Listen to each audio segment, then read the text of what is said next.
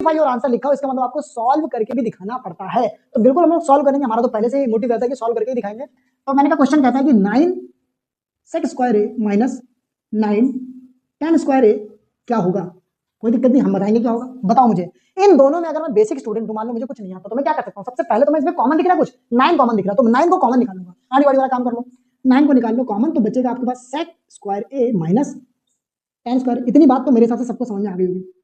अब मेरे मित्र जरा ध्यान से देखो, अब जो आइडेंटिटीज आएंगी वो यहीं से आएंगी। तो अब देखो सेक और टेन में रिलेशन कहां पे है, देखो सेक और टेन में रिलेशन यहां पे है। जरा ध्यान से देखोगे ना, इसी को sec square A is equal to 1 plus ten square A लिख सकता हूं मैं। अब टेन को इधर शिफ्ट करोगे तो उधर प्लस में माइनस में आएगा, तो sec square A minus tan square A is equal to उधर 1 बचेगा। मेरे मित्र जरा देखो, यही तो आपका यहाँ पर छापा हुआ है, घुमा फिरा कर बात वही कही है, बस आपको कहने का तरीका बदल दिया है, लेकिन बात तो वही है जो दादी माँ ने बचपन में बताई थी कि sec square A minus tan square ए अगर 1 के बराबर है तो ये यही लिखा है यार कि sec square theta is equal to 1 plus ten square theta. तो आप क्या करो, ये जो वैल्यू है ये किसके बराबर है, 1 के बराबर है। बस इतनी वैल्यू को किससे रिप्लेस कर दोगे, 1 से रिप्लेस कर दोगे, तो मैं कहूंगा 9 इंटू 1 हो जाएगा, आंसर आ जाएगा 9। मित्र मेरे कौन सा ऑप्शन है, B for Baahubali is the correct answer, B for बड़की बहू is the correct answer, B for Bitti is the correct answer.